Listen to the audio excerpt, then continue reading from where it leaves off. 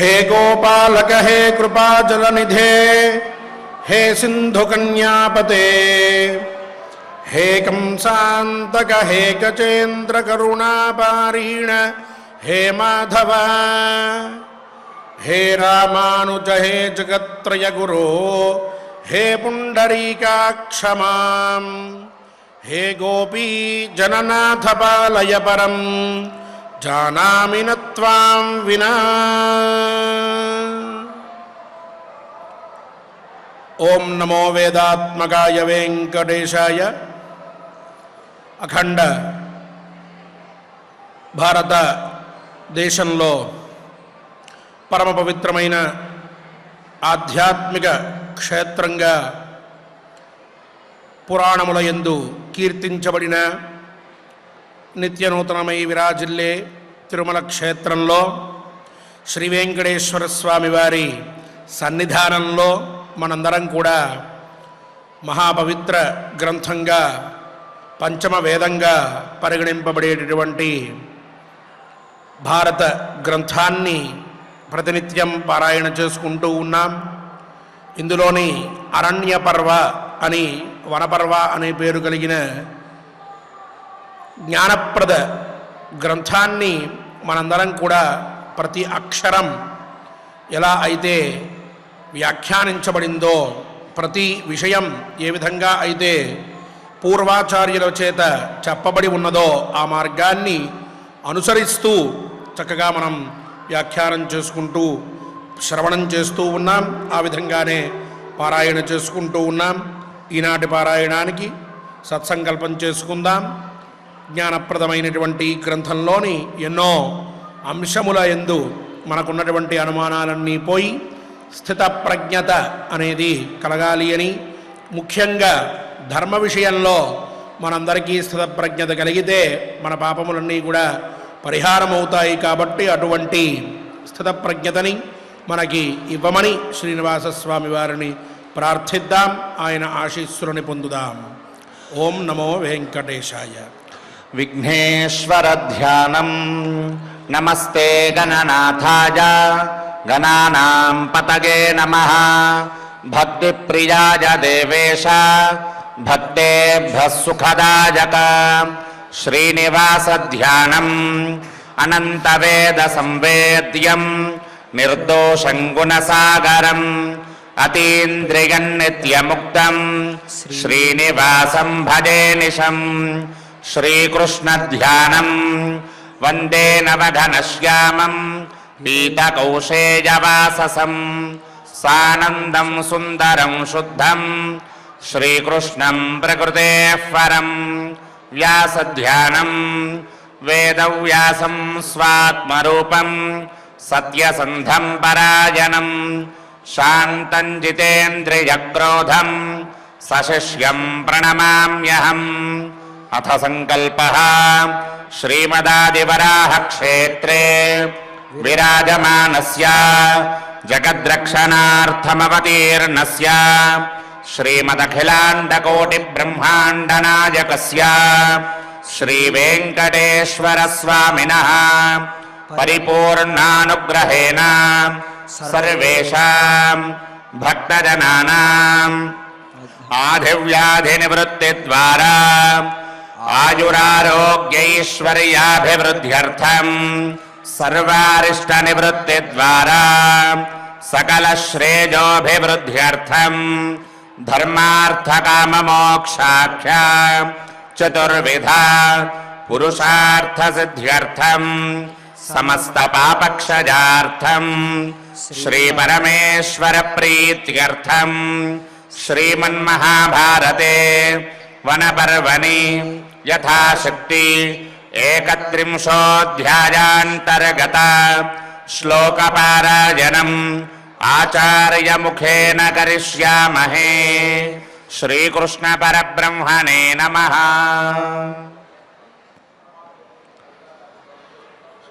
నారాయణం నమస్కృత్య నరం చైవ నరోత్తమం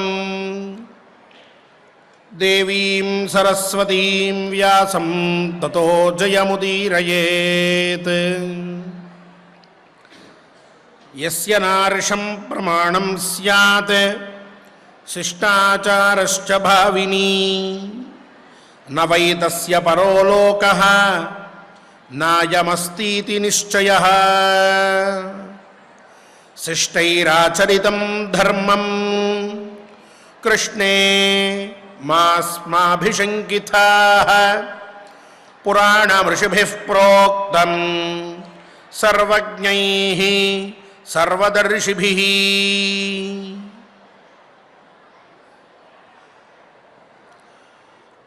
ఆర్షం ప్రమాణముత్క్రమ్య ధర్మం న ప్రతిపాలయన్ సర్వశాస్త్రాతిగో మూఢః శం జన్మసు నవిందతి అన్న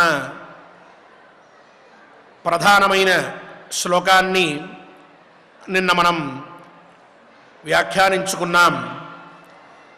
ధర్మపరుడికి అధర్మపరుడికి మధ్యలో ఉండేటటువంటి భేదాన్ని మనం 3 విధములుగా తెలుసుకోవచ్చు అని కూడా అర్థం చేసుకుంటున్నాం.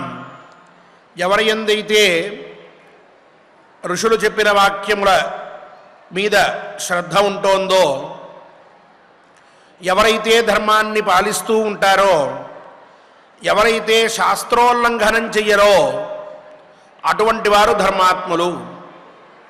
ఈ 3 పనులు ఎవరైతే చెయ్యరో వాళ్ళు అధర్మపరులు అని చెప్పుకున్నాం. ఇక ధర్మరాజు ద్రౌపదీదేవితో చెప్తూ ఉన్నాడు, యస్య నార్షం ప్రమాణం స్యాత్ శిష్టాచారశ్చ భావిని. ఈ శ్లోకంలో మనందరం ఆచరించేటటువంటి కొన్ని పనుల గురించి చెప్తూ వాటి మీద విశ్వాసం లేనటువంటి వాళ్ళ స్థితి ఎలా ఉంటుందో చెప్తూ ఉన్నాడు.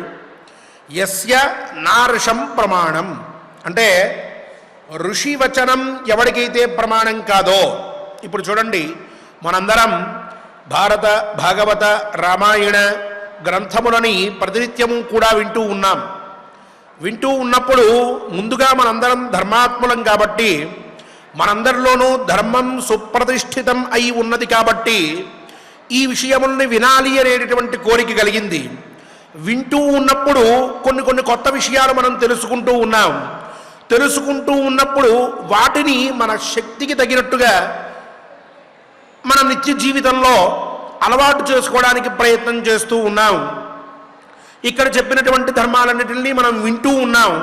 వాటిని పాటించడానికి తప్పక ప్రయత్నం చేస్తూ ఉన్నాం. ఇంకా ఇంకా వినాలి, కొత్త విషయములు తెలుసుకోవాలి. మన గ్రంథములలో ఏం విషయాలు చెప్పారో అవన్నీ కూడా మనం తెలుసుకుని మనం ఏం ఆచరించగలమో వాటిని ఆచరించాలి అన్నటువంటి భావనతో ఉన్నాం. ఇదంతా మనలో ఉన్నటువంటి ధర్మశ్రద్ధని తెలియజేస్తూ ఉన్నది. మనకి ఉన్నటువంటి భక్తిని తెలియజేస్తూ ఉన్నది. ఈ మహానుభావులైనటువంటి ఋషులు చెప్పినటువంటి ఈ మాటల మీద మనకున్నటువంటి ప్రామాణికతని, గౌరవాన్ని మనం చేసే పని తెలియజేస్తూ ఉన్నది. అంటే మనం ఎక్కడా కూడా ఆర్ష ప్రమాణాన్ని తప్పు అని చెప్పి అనట్లేదు, ఆర్ష ప్రమాణాన్ని మనం తిరస్కరించట్లేదు.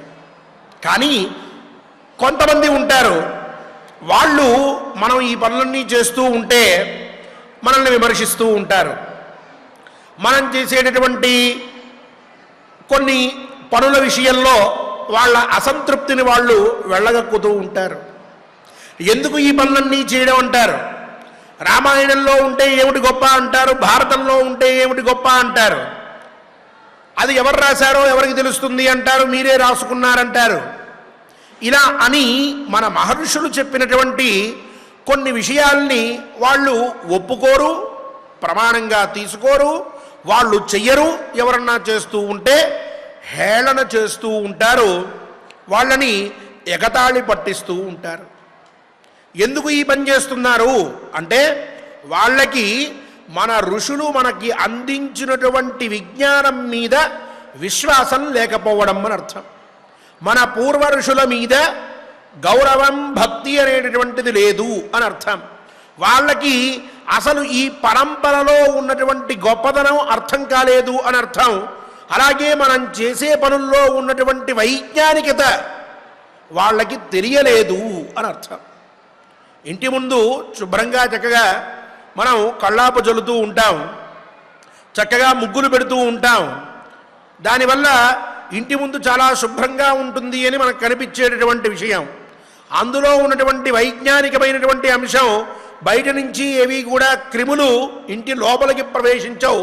గోమయం ఎక్కడైతే ఉంటుందో అక్కడంతా కూడా బ్యాక్టీరియా అనేది దగ్గరికి చేరకుండా యాంటీ బ్యాక్టీరియల్ మెడిసిన్ లాగా ఈ గోమయం పనిచేస్తుంది అని చెప్పి మనం స్పష్టంగా అర్థం చేసుకుంటున్నాం.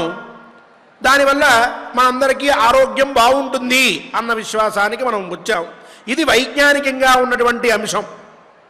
ఇలాగే ప్రతి ఒక్క అంశాన్ని మనం తీసుకుంటే పసుపును వాడుకోవడంలో కానీ, లేక ఇంట్లో ముగ్గులు పెట్టడంలో కానీ, ఉదయం సాయంత్రం దీపారాధన చేయడంలో కానీ, సకాలంలో స్నానం చేసే విషయంలో కానీ, అన్నం తింటూ ఉన్నప్పుడు కంచానికి కుడివైపుగా మనం తాగేటటువంటి నీళ్ల గ్లాసు పెట్టుకోవడం విషయంలో కానీ, ఎక్కడి నుంచి తీసుకున్నా చిన్న పిల్లలకి వాళ్ళు ఏడుస్తారని తెలిసినా సరే మొదటి సంవత్సరంలోనో మూడో సంవత్సరంలోనో చెవులు కుట్టించడం కానీ ప్రతి ఒక్కటి వైజ్ఞానికతే.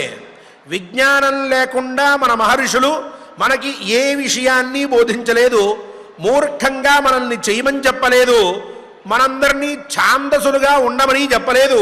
ప్రతి ఒక్కదానికి ఒక్కొక్క వైజ్ఞానికమైనటువంటి తత్వాన్ని పెట్టి ఉంచారు.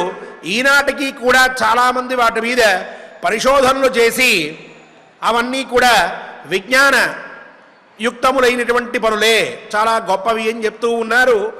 మన దురదృష్టం ఏమిటి అంటే మనం చెప్తే వినరు. ఏ అమెరికా వాడో చెప్తే చాలా బాగుంది అని చెప్పి అప్పుడు ఒప్పుకుంటారు. ఆయన ఐఎస్సి మార్కు వేస్తే కానీ వీళ్ళకి మన శాస్త్రాల మీద భక్తి కలగదు. ఇటువంటి ఈ ఆర్ష ప్రమాణములు అంటే ఋషులు చెప్పినటువంటి సామాన్యమైనటువంటి విషయాలు కానీ, లేక పెద్ద పెద్ద గొప్ప గొప్ప విషయాలు కానీ ఏవైనా వాటిల్లో ఒక వైజ్ఞానికత, ఒక గొప్పతనం, ఒక విశేషం అవన్నీ కూడా ఉంటాయి అనేటటువంటి తాత్పర్యం మనందరికీ ప్రాచీన కాలం నుంచి మన పెద్దలు నేర్పించుకుంటూ రావడం వల్ల, వాళ్ళు ఆచరించడం వల్ల మనకి కలిగింది. మనం సభక్తికంగా ఉంటూ ఉన్నాం. ఈ తత్వం అర్థం చేసుకోలేక ఇటువంటి విషయాల్ని వినకుండా ఎవరైతే ఆర్ష ప్రమాణములని అంటే ఋషులు చెప్పినటువంటి విషయములని తిరస్కరిస్తూ ఉంటారో, అలాగే శిష్టాచారశ్చ భావిని.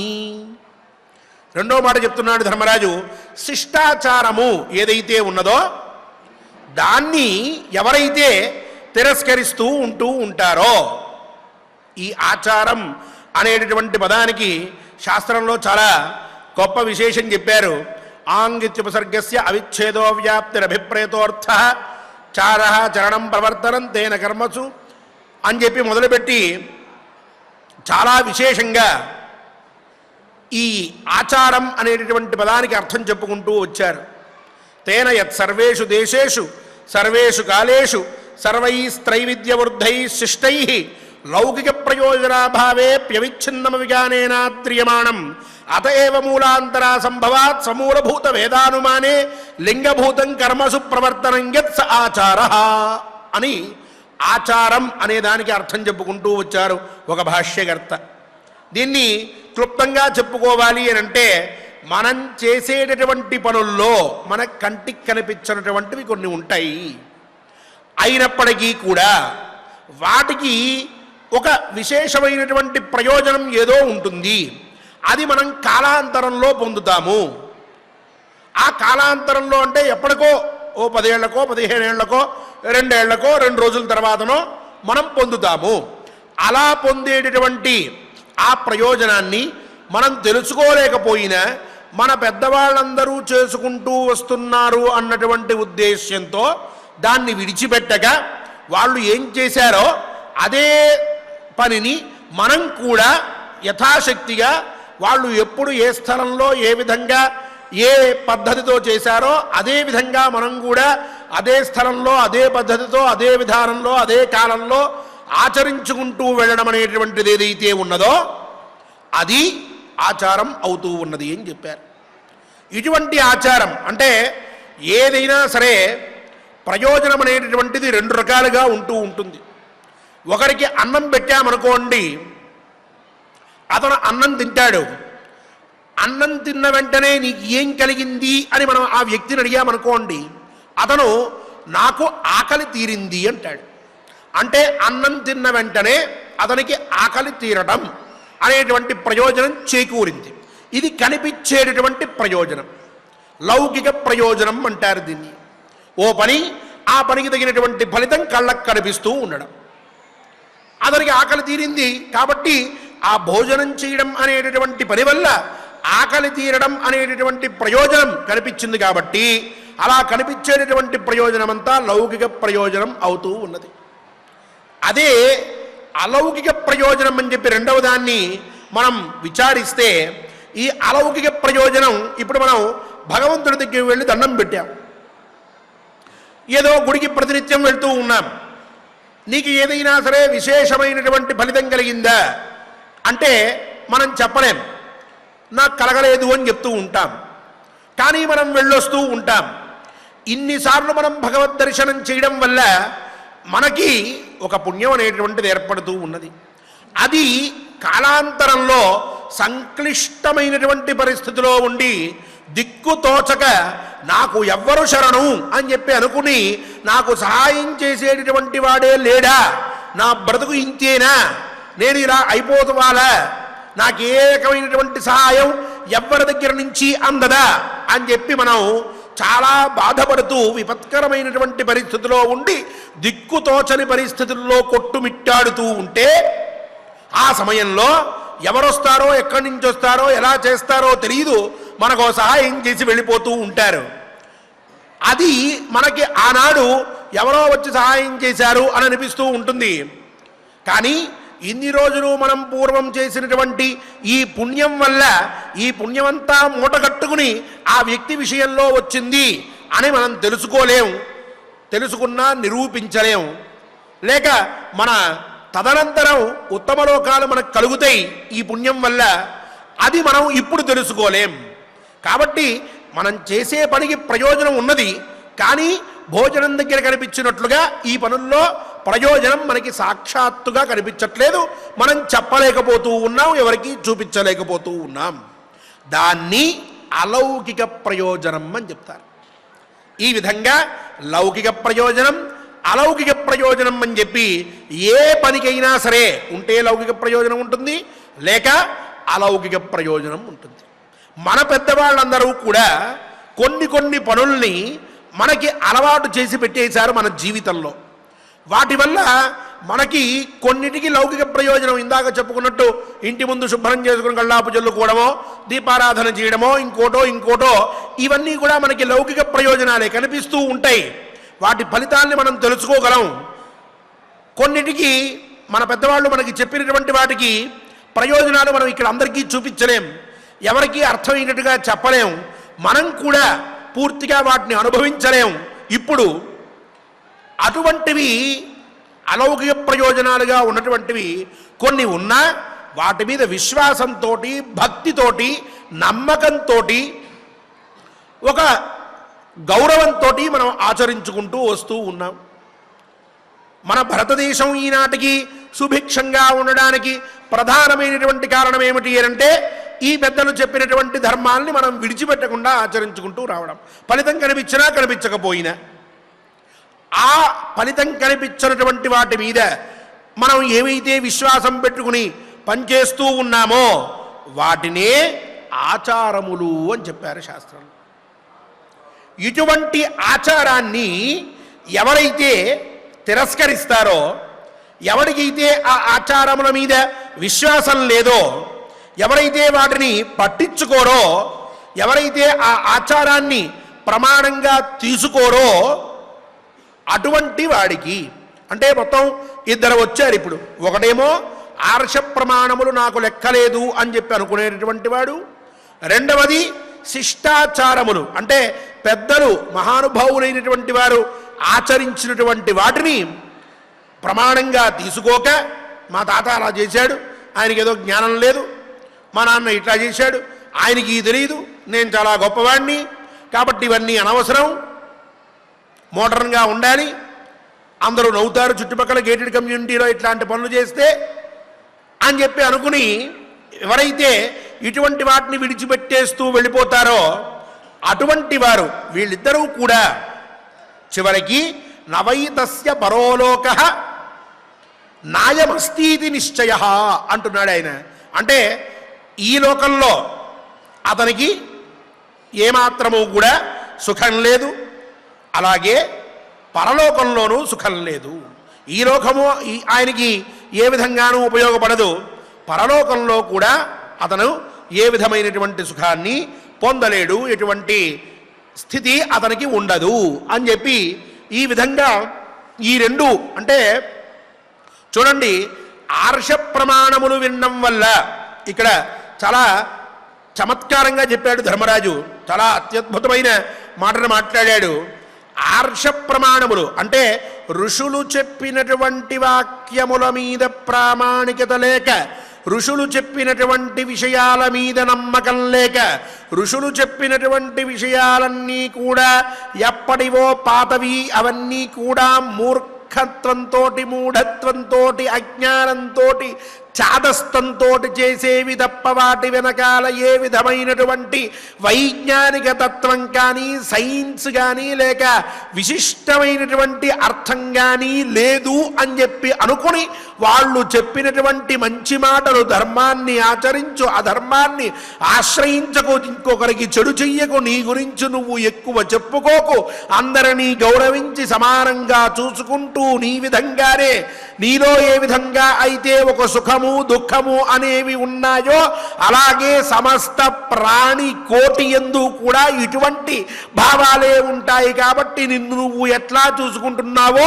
చుట్టుపక్కల ప్రపంచాన్ని కూడా అట్లానే చూసుకుంటూ ఉండు. వేరొకడి సొమ్ముని చూసినట్లయితే అది మట్టి అనేటటువంటి భావన పెట్టుకో, వేరొక స్త్రీని చూసినట్లయితే నాకు తల్లి అనేటటువంటి భావనతో నమస్కారం చేస్తూ ఉండు అనేటటువంటి జీవితానికి అత్యంత విశేషంగా ఉపయోగపడేటటువంటి ధర్మాల విషయంలో విశ్వాసాన్ని ప్రదర్శించక ఇవన్నీ కూడా తప్పులని, వాటిల్లో ఉన్నటువంటి లొసుగులని ఎతుకుదామని చెప్పి ఒక పెద్ద ప్రయత్నం చేస్తూ ధర్మాన్ని విశ్వసించనటువంటి వాడు ఎవడైతే ఉంటాడో అటువంటి వాడికి పరలోకం అనేటటువంటిది లేదు. ఇది ఒక విశేషమైన అర్థం.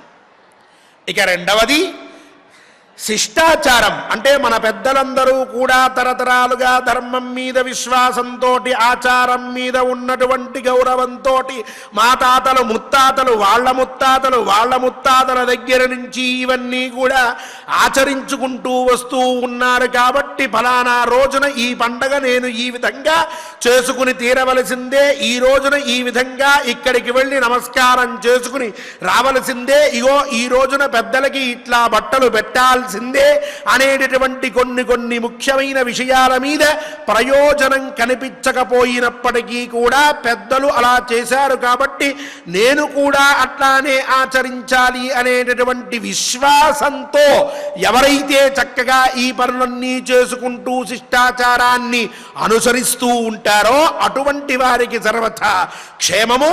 ఇటువంటి వాటి మీద ఎవరికైతే విశ్వాసం లేక అలా చేయడం తప్పు అని చెప్పి అనుకుని అటువంటి వాటిని సమూలంగా విడిచిపెట్టేసి ఈ లోకంలో నాకు వీటి వల్ల ఏ విధమైన ప్రయోజనము లేదు, పైగా డబ్బు ఖర్చు, అనవసరంగా సమయం వృధా అని చెప్పి అనుకుంటూ అటువంటి వాటన్నిటినీ వదిలిపెట్టి మోడర్న్గా ఉంటాను, ఆధునిక యుగంలో ఉంటాను, పెద్ద పెద్ద పనులు చేసుకుంటూ ఉంటే వాడిని నేను ఇవన్నీ చేస్తే జనం నవ్వుతారనేటటువంటి భావనలు ఇవన్నీ పెట్టుకుని ఎవరెవరో చెప్పినటువంటి కొన్ని ఆధునిక యుగానికి సరిపోయేటటువంటి మాటలు కొన్ని పెట్టుకుని మనం చాలా గొప్పగా బ్రతకాలి, ఇలా పాతవాళ్ళు చేసినవి మనం చేయకూడదు అని చెప్పి అనుకుంటూ భక్తికి సంబంధించిన, ధర్మానికి సంబంధించిన, మన ఆర్ష ప్రమాణాలకి సంబంధించిన, సనాతన ధర్మానికి సంబంధించినటువంటి విషయాల మీద విశ్వాసం లేక వాటిని విడిచిపెట్టి అవి ఆచరించేటటువంటి వాళ్ళను కూడా తిడుతూ ఎవరైతే జీవనం కొనసాగిస్తూ ఉంటారో అటువంటి వాడికి ఈ లోకంలో సుఖం లేకుండా పోతూ ఉంటుంది. మొత్తానికి ఇటు ఆచారాన్ని విమర్శించేటువంటి వాడికి ఇక్కడ దిక్కు లేదు, అటు ఆర్ష ప్రమాణాలని విమర్శించేటటువంటి వాడికి పైలోకంలో సుఖం లేదు.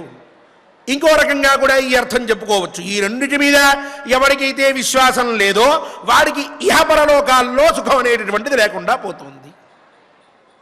అందువల్ల ఈ రెండింటినీ కూడా విశ్వాసంగా మనం పెట్టుకొని వాటి మీద విశ్వాసంతో ఉంటే దానివల్ల ఎప్పటికైనా సరే మంచి జరుగుతుంది.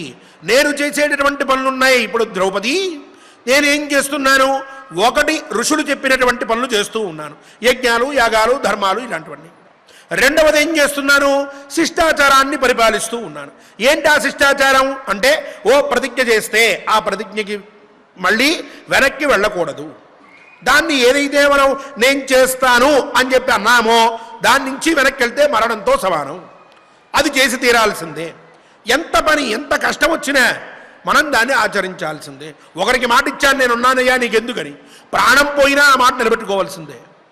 ఒకరికి చెప్పాం నేను ఫలానా రోజున ఇగో ఈ పని చేస్తాను అని, ఏం జరిగినా ఆ పని చేసి తీరాల్సిందే.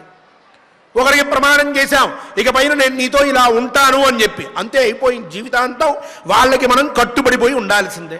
మనం మనసులో అనుకున్నాను రేపటి నుంచి నేను ఈ తప్పు చెయ్యను అని చెప్పి అనుకున్నాం, చచ్చినా మళ్ళీ ఆ తప్పు జోలికి వెళ్ళకూడదు. అవన్నీ కూడా మనలో ఒక వ్యక్తిత్వాన్ని పెంచేటటువంటి విషయాలు.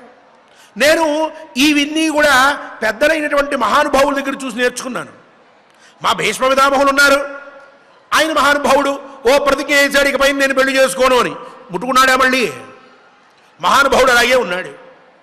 వ్యాసుల వారు ఉన్నారు, నేను మొత్తం ఈ యొక్క భరత వంశాన్ని రక్షిస్తాను అన్నారు, రక్షిస్తూనే ఉన్నారు. ఇంకొకరు ఉన్నారు మహానుభావుడు, నేను ఈ పని చేస్తాను అన్నాడు, అలాగే చేస్తూ ఉన్నాడు. పెద్దలందరూ ఇలాగే నడుస్తూ వచ్చారు.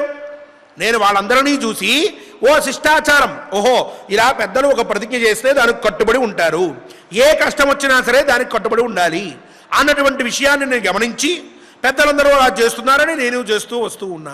ఇప్పుడు 12 సంవత్సరముల పాటు అరణ్యవాసం చేస్తా, 1 సంవత్సరం అజ్ఞానవాసం అని ప్రతిజ్ఞ చేశా సభ మధ్యలో. చేసిన తర్వాత ఇప్పుడు ఈ అరణ్యంలోకి వచ్చి కూర్చుంటే నువ్వేమో పదానికి శక్తి ఉంది, యుక్తి ఉంది, ఆ దుర్యోధనుడు చెడ్డవాడు కాబట్టి అటువంటి వాడిని ఉపేక్షిస్తావెందుకు, పదా వెళ్ళి వాడితో గొడవ పెట్టేసుకుందావు, నువ్వు గెలిచేస్తావు, వాడిని వెళ్ళి ఓడించేసేయి, మొత్తం రాజ్యాన్ని మళ్ళీ నువ్వే చేతుల్లోకి తీసుకో అని మాట్లాడుతూ ఉన్నావు. ఇలా చేస్తే ఏమవుతుంది? ప్రజ్ఞాభంగం అవుతుంది, ప్రతిజ్ఞాభంగం అవుతుంది.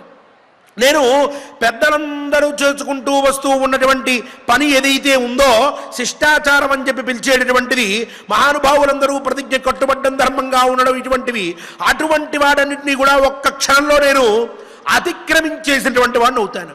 అంటే శిష్టాచారాన్ని నేను ప్రమాణంగా తీసుకున్నటువంటి వాడిని కాను.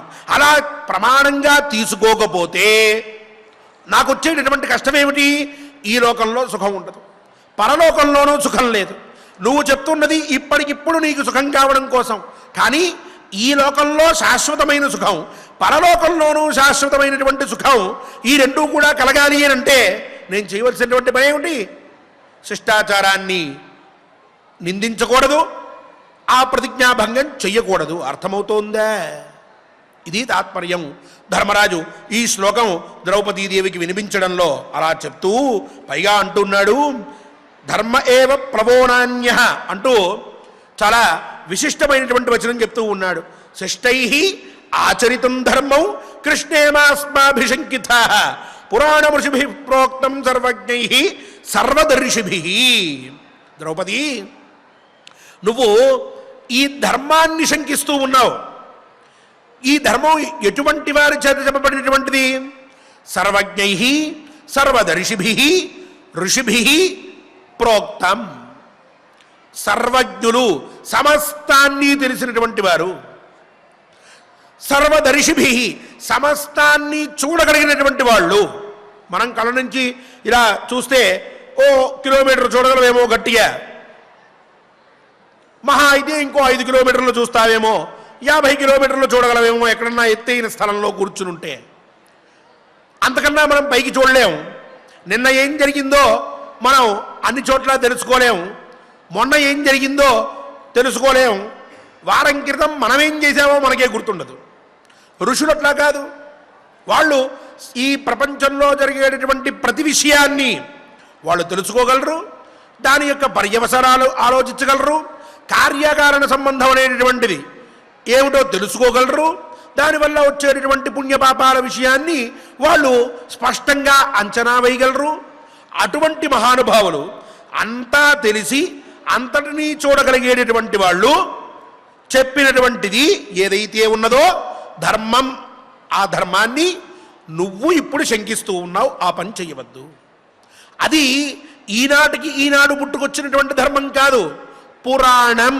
అంటే పురా అపి నవం పురాణం అని పురాణ శబ్దార్థం. ఎప్పుడో జరిగినప్పటికీ కూడా, ఎప్పటికో కాలానికి సంబంధించింది అయినప్పటికీ కూడా ఈనాటికి కూడా మనకు కొత్తగానే కనిపిస్తూ ఉంటుంది మన భారతంలాగా. చూడండి, ఈనాడు మనం భారతం చెప్పుకుంటూ ఉన్నా ఇప్పుడు ఈ లోకంలో జరిగేటటువంటి ప్రతి విషయాన్ని కూడా మనం ఇక్కడ అన్వయించుకుని ఇలా జరుగుతోంది కాబట్టి ఇలా చేసుకోకూడదు, ఇలా జరుగుతోంది కాబట్టి ఇలా ఉండకూడదు అని చెప్పి మనం స్పష్టంగా అన్వయించుకుని వెళ్తూ ఉన్నాం. కొన్ని వేల సంవత్సరముల క్రితం ఉన్నటువంటి గ్రంథం కూడా ఈనాటికి మనకి కొత్తగా కనిపిస్తూ ఉన్నది, కొత్తగా వినిపిస్తూ ఉన్నది, కొత్త దారిని చూపుతోంది.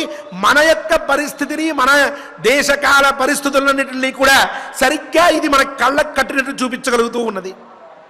ఏమిటి దీంట్లో ఉన్న విశేషం అంటే ఇది ఎప్పటిదో అయినప్పటికీ కూడా కొత్తగానే ఉంటుంది. ఇలా ఉండేటటువంటి గ్రంథం సనాతన ధర్మంలో మాత్రమే ఉన్నది, సృష్టిలో ఇంకెక్కడా లేదు.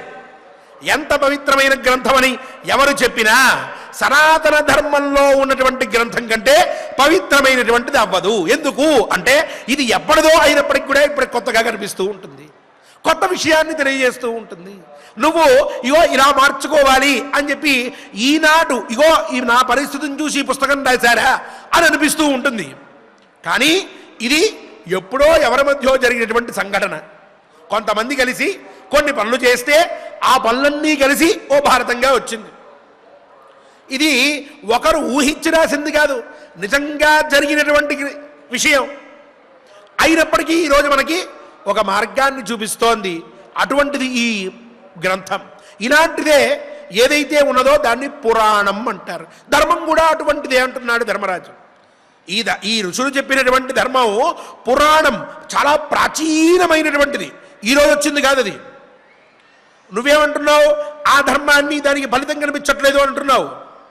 కనిపించకపోవచ్చు, కానీ అది ఈనాటిది కాదు, ఉంటుంది దానికి ఫలితం. తెలుసుకోలేకపోవడం మన యొక్క అవివేకం.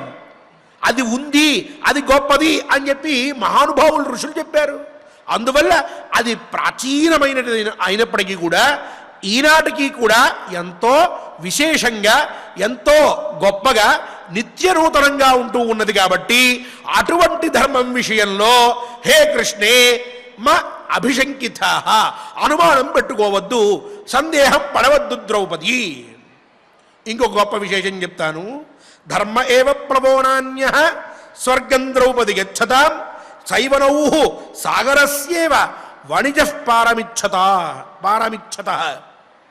ద్రౌపది, ఒక వర్తకుడు ఉన్నాడనుకో, అతను ఒక దేశం నుంచి ఇంకో దేశానికి తన యొక్క వస్తువుల్ని అమ్ముకోవడం కోసం ప్రయాణం చెయ్యాలి అనంటే, అప్పుడు అతనికి ఓ సముద్రం దాటాలి అనంటే ఒక నౌక ఎలా అయితే ఉపయోగపడుతూ ఉన్నదో, తను అక్కడికి వెళ్ళి ఇక్కడంతా సంపాదించుకుంటాడు, తను కావలసినటువంటిదంతా కూడా తయారు చేసుకుంటాడు. ఈ తయారు చేసుకున్నటువంటి దాన్ని మొత్తాన్ని తీసుకుని ఆ పడవలో, నౌకలో ఎక్కించుకుని అవతల ఒడ్డుకు వెళ్ళి అక్కడ వీటన్నిటినీ అమ్ముకుంటాడు. అమ్ముకోవడం వల్ల విశేషమైనటువంటి ధనాన్ని పొందుతాడు. పొంది తను ఆనందపడతాడు. ఈ ఆనందమంతా ఇతనికి ఎలా దక్కింది అంటే, ఇతను ఏ నౌకలో అయితే ప్రయాణం చేశాడో ఆ నౌక వల్ల ఈ యొక్క ఆనందం దక్కింది. ఆ నౌకే లేకపోతే తన ఊరి నుంచి అతను వేరే ఊరికి వెళ్ళలేడు, అక్కడికి వెళ్ళి ఇవన్నీ అమ్మలేడు. ఈ మధ్యలో ఉన్నటువంటి నౌక ఇతన్ని అక్కడ దాకా తీసుకువెళ్ళి అతను అక్కడ తను తయారు చేసినటువంటి వాటిని అమ్ముకుని డబ్బు సంపాదించి సంతోషపడడానికి కారణమైంది. ఇదే విధంగా ఈ భూలోకంలో ఉన్నటువంటి వారికి పైలోకంలో, స్వర్గంలో సుఖాలు కావాలి అనుకునేటువంటి వారికి, స్వర్గానికి మేము వెళ్ళాలి అనుకునేటటువంటి వారికి ధర్మం నౌక వంటిది. ఆ ధర్మాన్ని వీడికి ఆచరిస్తే, ధర్మంగా వీడు జీవిస్తే, ఆ ధర్మాన్ని పట్టుకుని వాడు ఈ లోకం నుంచి సాక్షాత్తుగా స్వర్గానికి వెళ్ళగలడు. ఇక్కడ సంపాదించుకున్నటువంటి పుణ్యాన్నంతటినీ అక్కడ అనుభవించగలడు. ఎలా అయితే ఈ వర్తకుడు ఇక్కడ సంపాదించిన దాన్ని అక్కడికి తీసుకెళ్ళి ఇచ్చి అక్కడ సుఖాన్ని పొందాడో డబ్బు ద్వారా, ఇతను కూడా మనుష్యుడు ఇక్కడ ధర్మంగా ఉంటే, ధర్మాన్ని ఆచరిస్తే ఆ ధర్మం అతన్ని ఇక్కడ నుంచి పైలోకం దాకా తీసుకెళ్తుంది. ఉత్తమ లోకం కలుగుతుంది. ఆ ఉత్తమ లోకంలో సుఖాన్ని పొందగలుగుతూ ఉన్నాడు. కాబట్టి ధర్మానికి అంత గొప్ప విశేషం ఉన్నది అని చెప్పి, అఫలో యది ధర్మ స్యాత్ చరితో ధర్మచారిభి అప్రతిష్ఠేతమస్యేతత్ జగజ్జేతద నిందితే. ద్రౌపది, ఒకవేళ అఫలో యది ధర్మ స్యాత్, ఇప్పుడు ఆయన ఒక తర్కాన్ని ఇక్కడ చూపిస్తూ ఉన్నాడు. ధర్మం ఒకవేళ అఫలమైతే, అంటే ధర్మాన్ని ఆచరించడం వల్ల ఏ ప్రయోజనము కలగకపోయినట్లయితే, అప్పుడు ఈ ధర్మచారిభి చరిత, ఈ ధర్మం కూడా ఎటువంటిది? ధర్మచారులు ఎవరైతే పూర్వకాలంలో ఉన్నటువంటి మహానుభావులందరూ కూడా ధర్మపరాయణులు ఏ ధర్మాన్నైతే ఆశ్రయించి అనుసరించారో, ఆచరించారో, అటువంటి ధర్మం ఒకవేళ నిష్ఫలమైందైతే, ఏ ప్రయోజనాన్ని కూడా ఇవ్వనటువంటిది అయినట్లయితే, అప్రతిష్ఠే తమసి ఏతత్ జగన్మజ్జేత్ అనిందితే. ద్రౌపది, ఈ ప్రపంచమంతా కూడా అంధకారంలో మునిగిపోయి ఉండేది కదా. ఆ ధర్మమే లేకపోతే, ఒక ధర్మం అనేటటువంటి హద్దు లేనప్పుడు స్వేచ్ఛగా ఇష్టారాజ్యంగా ఎవరికి వాళ్ళు ప్రవర్తిస్తూ ఉంటారు. ఇప్పుడు మన దేశంలో మనకంటూ ఒక శిక్షా స్మృతి లేదనుకోండి, ఈ తప్పు చేస్తే ఈ శిక్ష అనేటటువంటిది లేదనుకోండి, ఒక న్యాయం లేదనుకోండి, అప్పుడు ఎలా ఉంటారు మనుష్యులు? ఎక్కడ ఏది దొరికితే దాన్ని తీసేసుకునేటట్టుగా, ఏ పని కావాలంటే ఆ పని చేసేట్టుగా, ఎవరిని పడితే వారిని హింసించేట్టుగా తయారైపోయి ఉండేవాళ్ళు. ఈ శిక్షాస్మృతి ఉండడం వల్ల, నేను ఈ తప్పు చేసినట్లయితే నాకు ఈ శిక్ష పడుతుంది అన్న భయం ఉండడం వల్ల అందరూ కూడా ధర్మాన్ని అనుసరించి ధర్మ మార్గంలో నడవాలి అనుకుంటూ వెళ్తూ ఉన్నారు. లేకపోతే ఈ దేశమే నానా విధాలుగా ఇబ్బంది పడుతూ ఉండేది. అదేలా అయితే మనకో శిక్షాస్మృతి ఉండడం వల్ల మనల్ని రక్షిస్తూ ఉన్నదో, మనందరం సుఖంగా ఉండగలుగుతూ ఉన్నామో, అదే విధంగా ఆనాటి కాలంలో ధర్మశాస్త్రం అనేటటువంటిది ఆ విధంగా కొన్ని నియమాలను ఏర్పరిచింది. దాని గురించి చెప్తున్నాడు ధర్మరాజు. ఇప్పుడు మనకి ఒక శాస్త్రం ఉన్నది, మహానుభావులు ఋషులు చెప్పినటువంటి కొన్ని ధర్మాలు ఉన్నాయి. ఆ ధర్మాల్ని ఆచరించకుండా, ఆ ధర్మాల్ని అనుసరించకుండా ఇష్టం వచ్చినట్టు మనం ఉన్నట్లయితే, సరే ఇప్పుడు నన్ను నువ్వు ప్రతిజ్ఞ వదిలిపెట్టేమంటున్నావు, సరే నేను ప్రతిజ్ఞ వదిలిపెట్టేస్తా అంటే ఏం చేయాలి? నేను ఇప్పటికిప్పుడు ధర్మాన్ని అతిక్రమించాలి. అతిక్రమిస్తాననుకో. ఇదే విధంగా ఇప్పుడు నేను అతిక్రమించాల్సి వచ్చినట్లుగా పూర్వకాలంలో కూడా అందరూ అతిక్రమించి ఉన్నట్లయితే ఈ ప్రపంచం ఇట్లా ఉండేదా ద్రౌపది? అసలు మనం ఇలా ఉండేవాళ్ళమా?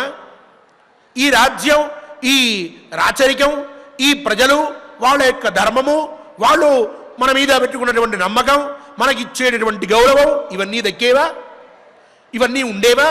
ఈ ప్రపంచమే, ఈ జగత్తే ఎప్పుడో అంధకారంలో మునిగిపోయేది కదా. మన పూర్వులందరూ కూడా ధర్మం ధర్మం ధర్మం అని చెప్పి ధర్మాన్ని ఆశ్రయించి ఉండడం వల్ల, ధర్మాన్ని ఆచరించి ఉండడం వల్ల ఈనాటికి కూడా మనం ఇంత సుఖంగా ఉన్నాం. ఇప్పుడు నేను ప్రతిజ్ఞ చేసి ఆ ప్రతిజ్ఞ బట్టి ఇక్కడికి వచ్చి ఉన్నాను. ఈ ధర్మాన్ని నేను పాటించకపోతే, పూర్వం వాళ్ళందరూ చేసినటువంటి పుణ్యం వల్ల, వాళ్ళు చేసిన త్యాగం వల్ల ఈరోజు నేను పడుతూ ఉన్నటువంటి ఈ యొక్క ధర్మం వల్ల కలిగేటటువంటి సుఖాన్ని వదిలిపెట్టి కొత్త మార్గంలో ప్రవేశించి అధర్మంగా పనిచేస్తే ఆ పైన కూడా ఏమవుతుంది, ధర్మరాజంతటి వాడే ప్రతిజ్ఞ చేసి ఓ 10 రోజులు అరణ్యంలో కూర్చుని విసుగొచ్చి ఏం చేయాలో తోచగా ప్రతిజ్ఞా భంగం చేసి అరణ్యాన్ని వదిలిపెట్టి ద్రౌపది ఏదో మాట్లాడింది కదా అని చెప్పి వచ్చేసి దుర్యోధనుడితో యుద్ధం చేసేసి గెలిచి వెళ్ళి బలవంతంగా ఆ కుర్చీని తీసేసుకున్నాడయ్యా. ధర్మరాజే చేస్తే ఇక మనం చేయడానికే ఉంది, తప్పేం లేదు, ప్రతిజ్ఞా భంగం చేయవచ్చు, మనం ధర్మాన్ని తప్పవచ్చు, ఏదైనా చేయవచ్చు అని చెప్పి తర్వాత తరాల వాళ్ళు కూడా అట్లానే ప్రవర్తిస్తే అధర్మం ప్రబలిపోదా? ఇప్పటిదాకా పెద్దలందరూ చేసుకుంటూ వచ్చినటువంటి ఒక మంచి పనిని నేను చెడగొట్టిన వాడినవనా? ఇందుక నాకు ఇంత గొప్ప స్థితి కలిగించింది, లోకంలో నాకు ఉన్నటువంటి ఖ్యాతి దీనికి ఉపయోగపడ్డానికి ఆ చిట్ట చివరికి. అందువల్ల అది నేను చెయ్యను. ధర్మానికి ఫలం ఉన్నది. ధర్మానికి ఫలం లేకపోతే ఈ ప్రపంచం ఎప్పుడో భ్రష్టు పట్టిపోయి ఉండేది, అంధకారంలో మునిగిపోయి ఉండేది, నాశనమైపోయేది. ఈనాటికైనా ఇంకా మనం ఇట్లా ఉన్నాము అనంటే, సుఖంగా ఉన్నాము అనంటే ద్రౌపది అది ధర్మం యొక్క ఫలితమే. కాబట్టి ధర్మానికి ఫలం ఉంది అనేది ముందు తెలుసుకోవలసినటువంటి పని అని చెప్పి నిర్వాణన్నాధిగచ్చేయు జీవేయు పశుజీవికాం విద్యాంతే నైవయుజ్యేయు నచార్థం కేచిదాప్నుయు అంటున్నాడు. ధర్మమే లేకపోతే నిర్వాణం నాధిగచ్చేయు. ధర్మాత్ములైనటువంటి వారు మోక్షాన్ని పొందలేకుండా ఉండేవారు. ఎంతమంది మోక్షాన్ని పొందారు? ఎంతమంది మహాత్ములున్నారు? ఎంతమంది యోగులు, ఎంతమంది ధ్యానం చేస్తూ ఆ పరమాత్మలో ఐక్యమైపోయినటువంటి వారు ఉన్నారు? వీళ్ళందరూ ఎట్లా అంత గొప్పతనాన్ని పొందారు? ధర్మం వల్లే. ధర్మమే లేకపోతే వాళ్ళు ఆ పనులు చేసేవాళ్ళు కాదు, వాళ్ళకి ఆ బుద్ధి పుట్టేది కాదు. ఒకవేళ వాళ్ళకి ఆ బుద్ధి పుట్టినా వేరొకడు వాళ్ళని చేయనిచ్చేవాడు కాదు. ధర్మం ఉండడం వల్లే ఇంతమంది ఇంత గొప్పతనాన్ని పొందారు. నిర్వాణం నాధిగచ్చేయు జీవేయు పశు జీవికాం. పశువు ఎట్లా జీవిస్తుంది? ఉదయాన్నే లేస్తుంది, ఆకలేసినప్పుడు తింటుంది, నిద్ర వచ్చినప్పుడు పడుకుంటుంది. ఎవరైనా సరే దగ్గరికి వస్తే వాడిని పొడుస్తుంది, చంపుతుంది, కాటేస్తుంది, కరుస్తుంది. రాత్రి అయితే మళ్ళీ పడుకుంటుంది. దానికి ఆహారం, నిద్ర, అలాగే భయం, మైథునం, ఈ 4 దాని ధర్మాలు. అవే పనులు చేస్తూ ఉంటుంది, జీవితాన్ని వెళ్ళగక్కిస్తూ ఉంటుంది. అలా కొన్ని రోజులు బ్రతుకుతుంది, చచ్చిపోతుంది. దానికంటూ ప్రత్యేకంగా చరిత్రలో పేజీ ఉండదు, దానికంటూ ఒక గొప్పతనం ఉండదు, ఓ విశిష్టత ఉండదు. ఇష్టం వచ్చినట్టు బ్రతుకుతుంది, పరిగెడితే పరిగెడుతుంది, తిరిగితే తిరుగుతుంది, పడుకుంటే పడుకుంటుంది. ఇక్కడ అక్కడ అనేటువంటి ధర్మం లేదు. ఏ పని చేసినా అంతా బహిరంగంగా చేస్తూ ఉంటుంది. దానికేమీ ఒక సిగ్గు ఇత్యాది అభిమానం అట్లాంటివి ఉండవు. ఇష్టం వచ్చినట్టు ప్రవర్తిస్తుంది. ధర్మం అనేదే లేకపోతే మనుష్యులు కూడా ఇలాగే ఉండేవాళ్ళు. ఓ ధర్మం ఉండడం వల్ల మనుష్యులకి ఆ ధర్మం అనేటటువంటిది నరనరాన పాకిపోయి ఉండడం వల్ల వాళ్ళకి కొన్ని విషయాల్లో ఇది నలుగురికి తెలియకూడదు, ఈ పని బహిరంగంగా చేయకూడదు, ఈ మాట ఇక్కడ మాట్లాడకూడదు, ఈ విధంగా మనం ఉండకూడదు అనేటటువంటివన్నీ తెలిసినాయి. తెలిసి వాళ్ళు కొంచెం ఉన్నతంగా బ్రతకడం మొదలుపెట్టారు. దానికి భక్తి, ఇంకోటి అని చెప్పి కొన్ని ఫ్లేవర్స్ కూడా ఉన్నాయి, అవన్నీ వచ్చి ఆడైనాయి. దానివల్ల వాళ్ళ జీవితం అనేది ఓ పరిపూర్ణమైనటువంటి రూపానికి వచ్చింది, ఆనందమైనటువంటి జీవితంగా తయారైంది. అప్పుడు పశువుకి మనిషికి భేదం ప్రస్ఫుటమైంది. ఎందువల్ల? ధర్మం ఉండడం వల్ల. ఇప్పుడు చూడండి, కొన్ని ప్రాంతాల్లో తల్లి చెల్లి ఇటువంటి భేదాలు కూడా ఉండవు, కొన్ని నియమాలు ఉండవు, కొన్ని నియంత్రణలు ఉండవు, ఒక సంస్కారం అనేటువంటిది ఉండదు, ఓ గౌరవం ఉండదు, ఓ భక్తి ఉండదు, ఓ ప్రేమ ఉండదు. ఏమిటది? ఆ ధర్మం లేకపోవడం వల్ల ఇవేవి వాళ్ళకి అలవాటు లేదు. అవన్నీ చేసేటటువంటి వాళ్ళు ప్రాచీనులు అనేటువంటి భావన, అజ్ఞానులు అనేటువంటి భావన, మూర్ఖులు అనేటువంటి భావన, వాళ్ళకుంటుంది. వాళ్ళ జీవితంలో వాళ్ళకి ఏమీ నియంత్రణ లేదు, ఏ విధమైనటువంటి ఒక కట్టుబాటు అనేటటువంటిది లేదు, ఓ ఆచారం లేదు, ఓ వ్యవహారం లేదు. స్వేచ్ఛ, ఇష్టం వచ్చినట్టు బ్రతకచ్చు. ఏమిటది? ధర్మం లేకపోవడం వల్ల వచ్చినటువంటి మహాభయంకరమైన పరిస్థితి అది. పశు సమానమైనటువంటి జీవనం అది. వాళ్ళకి సహజంగా అనిపించిన మనం వింటూ ఉంటే భయం వేస్తుంది, వెగడబుడుతూ ఉంటుంది.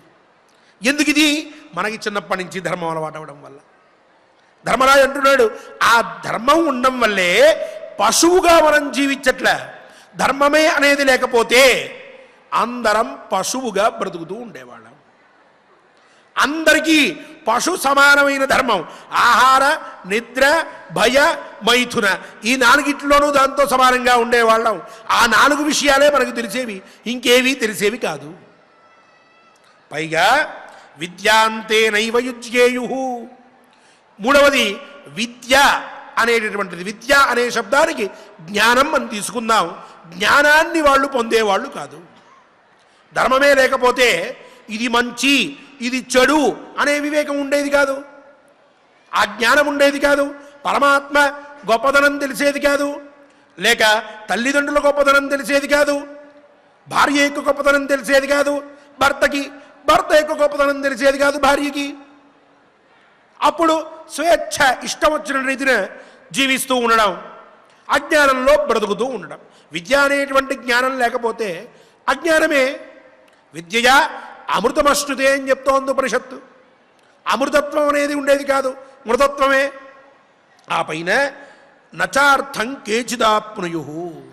అలాగే ఎవరూ కూడా ప్రయోజనాన్ని పొందేవాళ్ళు కాదు. మనందరం ఓ మంచి పని చేస్తూ ఉండడం వల్ల ఆ మంచి పనికి తగినటువంటి ఫలితాన్ని పొందుతూ ఉన్నాం, దానివల్ల ఆనందంగా జీవితాన్ని కొనసాగిస్తూ ఉన్నాం. కానీ ఇదంతా ఎందుకు చేస్తున్నాం మనం? ఓ ధర్మం ఉంది అని చెప్పి, ఆ ధర్మం చెప్పింది అని. ధర్మమే లేకపోతే ఫలితాన్ని పొందడానికి ప్రయత్నము చేయం, ఆ ఫలితాన్ని మనం పొందాం, దానివల్ల ఎటువంటి సుఖాన్ని మనం పొందలేకుండా ఉండేవాళ్ళం. కావున ధర్మం లేకపోతే ఇన్ని కష్టములు కలిగేవి ద్రౌపది. ధర్మం అఫలమైందైతే ఎవరూ చేసేవాళ్ళు కాదు. అంటే ఇవన్నీ ఇప్పుడు మనం చేస్తున్నాము అంటే ధర్మం ఉన్నది అని అర్థము. ధర్మం ఉన్నది అంటే దానికి ఫలితం ఉన్నదనే అర్థము. ఫలితం లేకపోతే ఎవరూ చెయ్యరు. కాబట్టి ధర్మానికి ఫలితం లేదు అన్నటువంటి శంక నీలో ఉండకూడదు అని చెప్పి ధర్మరాజు ద్రౌపదీదేవికి తెలియజేశాడు. ఇంతవరకు ప్రౌఢమైనటువంటి అంశాలన్నింటినీ చెప్పి ఆ పైన ఇక సాక్షాత్తు ద్రౌపదీ విషయంలోనే ఆవిడ పరిస్థితినే ఆవిడికి తెలియజేయబోతున్నాడు అని చెప్పి చెప్పుకున్నాం పూర్వం. అది రేపటి ప్రవచనంలో మనందరం కూడా శ్రద్ధగా విందాం. ఈనాటి శ్లోకాల్ని పారాయణ చేసుకుని ధర్మం అనేది ఒక్కటి ఉండడం వల్ల ఎన్ని ఫలితాలు మనం అనుభవిస్తూ ఉన్నామో, ధర్మం అనేది లేకపోతే ఎంత దారుణమైనటువంటి పరిస్థితులు సంభవిస్తాయో ఈ రెండిటి విషయాన్ని మనం శ్రద్ధగా ఈనాడు విన్నాం. కాబట్టి ధర్మం ఎల్లప్పటికీ కూడా స్థిరంగా ఉండాలి, ధర్మ అభివృద్ధి జరగాలి. ఆ విధంగా ధర్మ పోషకుడు మనందరినీ అనుగ్రహించి మన ద్వారా ధర్మాన్ని చేయించాలి అని చెప్పి శ్రీనివాస పరమాత్మని ప్రార్థిద్దాం. ధర్మస్య విజయోస్తు, అధర్మస్య నాశోస్తు. ఓం నమో వెంకటేశాయ. ఓం నమో వెంకటేశాయ. చక్కగా ఆచార్యుల వారి ద్వారా ధర్మం గురించి అనేక విషయములను మనము నిత్యము కూడా తెలుసుకుంటూ ఉన్నాం. సహజంగా ఈ ధర్మము మనం ఏ విధంగా అన్వర్తింప చేసుకోవాలి అనంటే ప్రతి దాంట్లోనూ కూడా మనం ఇది కావాలి అని మనం కోరుకుంటూ ఉంటాం. ఉదాహరణకు చూడండి, ఈరోజు మహాభారతంలో కూడా మనం దీనికి ఆరంభంలోనే సంకల్పం చేసుకున్నాం. ఏమని అనంటే ధర్మార్థ కామ మోక్ష చతుర్విధ ఫల పురుషార్థ సిద్ధ్యర్థం. నేను పలానా పారాయణం చేస్తున్నాను. అది మీరు ఏ పూజ చేసినప్పటికీ కూడా మనం ఇదే సంకల్పం అనేటటువంటిది చెప్పుకుంటాం. దానికి మొట్టమొదటి సోపానం ఏమిటి అనంటే ధర్మము.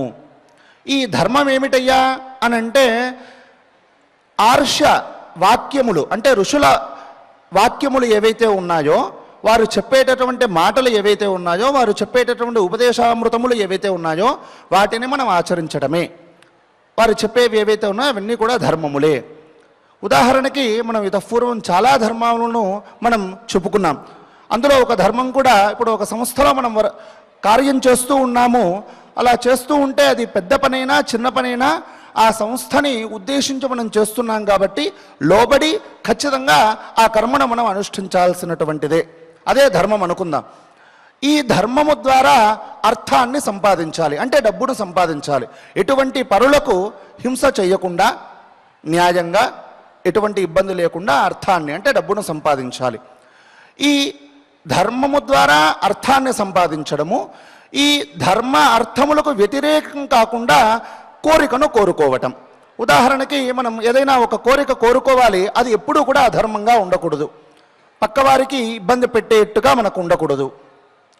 అదేవిధంగా అర్థము దానికి మిళితమై ఉండాలి. అంటే ఉదాహరణకి మనం ఏదైనా ఒక కోరిక కోరుకుంటే మనం దానిని తీసుకునే స్థితిలో మనం ఉండాలి. మన స్థాయిని మించి ఆ కోరిక మనకు ఉండకూడదు. ఈ మూడు ఎప్పుడైతే సిద్ధిస్తాయో ఖచ్చితంగా మీకు మోక్షం అనేటటువంటిది కలుగుతుంది అని మహర్షుల యొక్క అభిప్రాయం. మోక్షం అంటే ప్రస్తుత కాలంలో సుఖం అనుకుందాం. మరి ఈ నాలుగు కూడా మనం చేయకపోతే మనకు సుఖం ఎక్కడుంటుంది? ధర్మ అర్థ కామములను మనము అన్వర్తింపచేసుకోకపోతే మనకు సుఖం ఎక్కడుంటుంది? అదే మహర్షులు ఇక్కడ చెప్తున్నారు, అస్మిన్ లోకే పరలోకే చ సుఖం నాస్తి. వాడికి సుఖం ఉండదు. ఎలా వస్తుంది అంటే ధర్మాన్ని ఆచరించడం ద్వారానే వస్తుంది. ధర్మం అంటేనే న్యాయంగా బ్రతకడం, ఒకరిని హింసించకుండా బ్రతకడం. అధర్మం అంటేనే ఒకరిని నిత్యము కూడా హింసిస్తూ బ్రతకడం. ఇలా ఒక పరిధి పెట్టుకున్నాం కాబట్టి ఆ పరిధి లోపలే మనము నిత్యము కూడా ధర్మాచరణ చేయడం వలన ఖచ్చితమైనటువంటి సుఖం కలుగుతుంది అని ఆచార్యుల వారి ద్వారా మనం తెలుసుకున్నాం. ఒకవేళ అలా జరగకపోతే, మనం అలా చేయకపోతే కేవలము పశువుతో సమానము. దానికి జ్ఞానం ఉండదు, మనకు ఉండి ప్రయోజనం లేదు, దానిని దుర్వినియోగం చేసుకుంటున్నాం అనే దాని యొక్క తాత్పర్యం. అంతటి మహత్తరమైనటువంటి ఈ శ్లోకములను మనం వనపర్వాంతర్గత మహాభారతాంతర్గత వనపర్వంలో 22వ శ్లోకం నుండి మనం ఇప్పుడు పారాయణం చేసుకుందాం. నిత్యము కూడా ధర్మ అభిలాషతో మనం జీవిస్తూ బ్రతుకుదాం. ఓం నమో వెంకటేశాయ. యస్య నార్షం ప్రమాణం స్యాత్, యస్య నార్షం ప్రమాణం స్యాత్, శిష్టాచారశ్చ భావిని, శిష్టాచారశ్చ భావిని, నవైతస్య పరో లోకః, నవైతస్య పరో లోకః, నాయమస్తీతి నిశ్చయః, నాయమస్తీతి నిశ్చయః, శిష్టైరాచరితం ధర్మం, శిష్టైరాచరితం ధర్మం, కృష్ణే మాస్మాభిశంకితాః, కృష్ణే మాస్మాభిశంకితాః, పురాణమృషిభిః ప్రోక్తం, పురాణమృషిభిః ప్రోక్తం, సర్వజ్ఞైః సర్వదర్శిభిః, సర్వజ్ఞైః సర్వదర్శిభిః, ధర్మ ఏవ ప్లవో నాన్యః, ధర్మ ఏవ ప్లవో నాన్యః, స్వర్గం ద్రౌపది గచ్చతాం, స్వర్గం ద్రౌపది రక్షతా, సైవ నౌ సాగరస్యేవ, సైవ నౌ సాగరస్యేవ, వనిజః పారమిచ్చత, వనజః పారమిచ్చతః, అఫలో యది ధర్మ స్యాత్, అఫలో యది ధర్మ స్యాత్, చరితో ధర్మచారిభిః, చరితో ధర్మచారిభిః, అప్రతిష్ఠేతమస్యేతత్, అప్రతిష్ఠేతమస్యేతత్, జగన్మజ్జేదనిందితే, జగన్మధ్యేదనిందితే, నిర్వాణన్నాధిగచ్ఛేయుః, నిర్వాణన్నాధిగచ్ఛేయుః, జీవేయుః పశుజీవికాం, జీవేయుః పశుజీవికాం, విద్యాంతేనైవ యుజ్యేయుః, విద్యాంతేనైవ యుజ్యేయుః, నచార్థం కేచిదాప్నుయుః. నచార్థం కేచిదాప్నుయుః. ఓం నమో వెంకటేశాయ. శ్రీనివాసస్వామి వారి పరిపూర్ణ అనుగ్రహం పొందడానికి మనకి ఉన్నటువంటి మరొక ఉపాయం గోవిందనామ సంకీర్తన. శ్రీ రాజేష్ గారు మరియు ఇతర హనుమాచార్య ప్రాజెక్ట్ కళాకారులందరూ కూడా సంసిద్ధులుగా ఉన్నారు. చక్కగా వారితో కలిసి గోవిందనామ సంకీర్తనం చేసుకుందాం. ధర్మ సంస్థాపకుణ్ణి మనసారా వేడుకొందాం. ఓం నమో వెంకటేశాయ.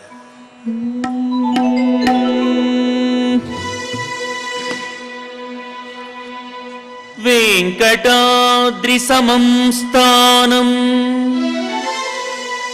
బ్రహ్మాండే నాస్తి కించన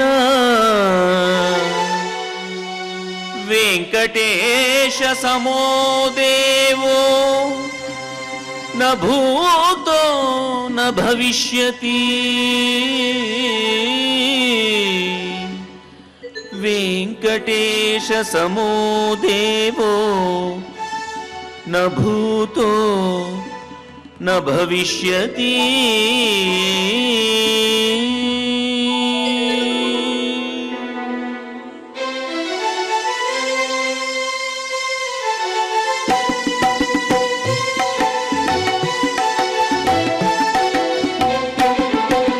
శ్రీ శ్రీనివాస శ్రీ వెంకటేశ భక్తవత్సల భాగవత ప్రియ నిత్య నిర్మల నీలమేఘ శ్యామ పురాణ పురుష పుండరీకాక్ష నందనందన నవనీత చోర పశుపాలక శ్రీ పాప విమోచన దుష్ట సంహార దురిత నివారణ శిష్ట పరిపాలక కష్ట నివారణ గోవింద.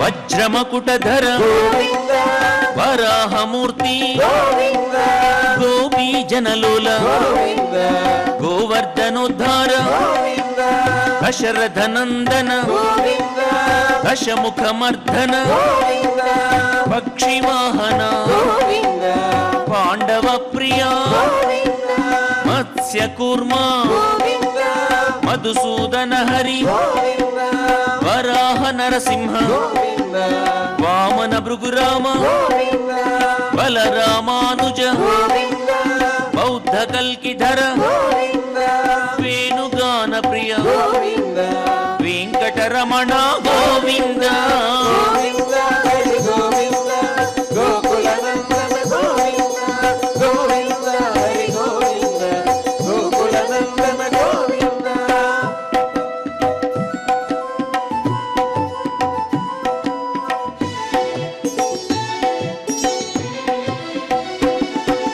సీతానాయక శ్రిత పరిపాలక దరిద్ర జన పోషక ధర్మ సంస్థాపక అనాథ రక్షక ఆపద్బాంధవ శరణాగత వత్సల కరుణాసాగర కమలదలాక్ష కామిత ఫలద పాప వినాశక పాహి మురారే శ్రీముద్రాంకిత శ్రీవత్సాంకిత ధరణీ నాయక దినకర తేజ గోవింద.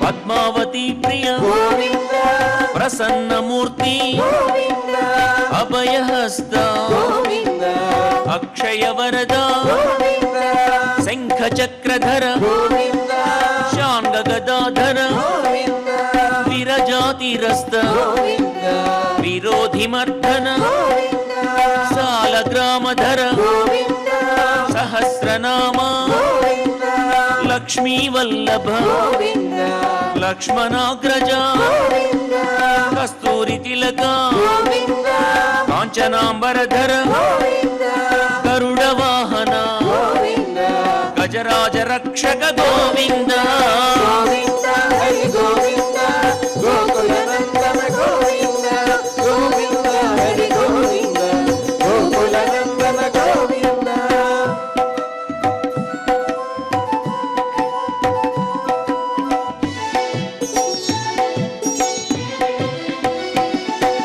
వానర సేవిత వారధి బంధన సప్తగిరీశ ఏక స్వరూప శ్రీరామకృష్ణ రఘుకుల నందన ప్రత్యక్ష దేవ పరమ దయాకర వజ్ర కవచధర వైజయంతిమాల వడ్డికాసులవాడ వసుదేవతనయ బిల్వపత్రార్చిత భిక్షుక సంస్థుత శ్రీ పుంరూప శివకేశవమూర్తి గోవింద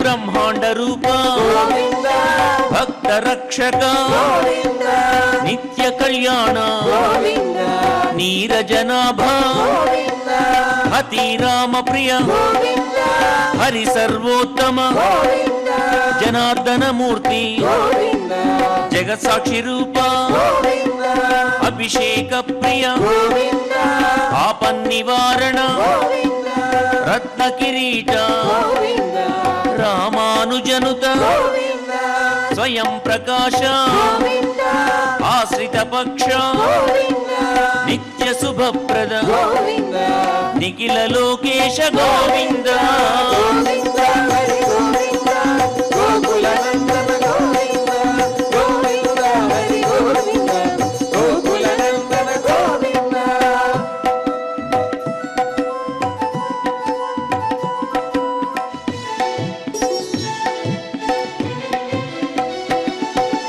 ఆనంద రూప ఆద్యంతరహిత ఇహ పరదాయక ఇవరాజ రక్షక పరమ దయాళో పద్మనాభహరి తిరుమల వాస తులసీవనమాల శేషసాయినే శేషాద్రి నిలయ మత్స్యావతార ఏడుకొండలవాడ గోవింద గోవింద హరి గోవింద గోకుల నందన గోవింద గోవింద హరి గోవింద గోకుల నందన గోవింద గోవింద హరి గోవింద గోకుల నందన గోవింద గోవింద హరి గోవింద గోకుల నందన గోవింద గోవింద హరి గోవింద గోకుల నందన గోవింద గోవింద హరి గోవింద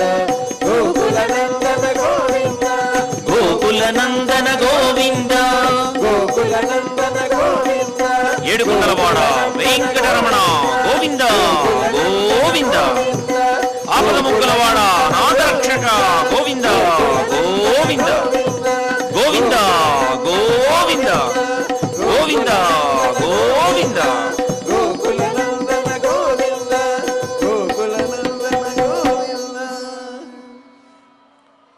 ఓం నమో వెంకటేశాయ. క్షమాప్రార్థనాదులతో మనం పారాయణాన్ని పరిపూర్ణం చేసుకుందాం. శ్రీనివాస పరమాత్మ అనుగ్రహాన్ని పొందుదాం. అథ క్షమా ప్రార్థనా యదక్షరపదభ్రష్టం మాత్రాహీనం చ యద్భవేత్ తత్సర్వం క్షమ్యతాం దేవ నారాయణ నమోస్తుతే. అథ లోకక్షేమ ప్రార్థనా స్వస్తి ప్రజాభ్యః పరిపాలయంతాం న్యాయేన మార్గేణ మహీం మహిషాః गोब्राह्मणेभ्यः शुभमस्तु नित्यम् लोकाः समस्ताः सुखिनो भवन्तु। अथ भगवत्समर्पणम् कायेन वाचा मनसेन्द्रियैर्वा बुद्ध्यात्मना वा प्रकृते स्वभावात् करोमि यद्यत् सकलं परस्मै नारायणायेति समर्पयामि। अथ मङ्गलम् श्रियः कान्ताय कल्याणनिधये निधयेऽर्थिनाम् श्रीवेङ्कटनिवासाय श्रीनिवासाय मङ्गलम्।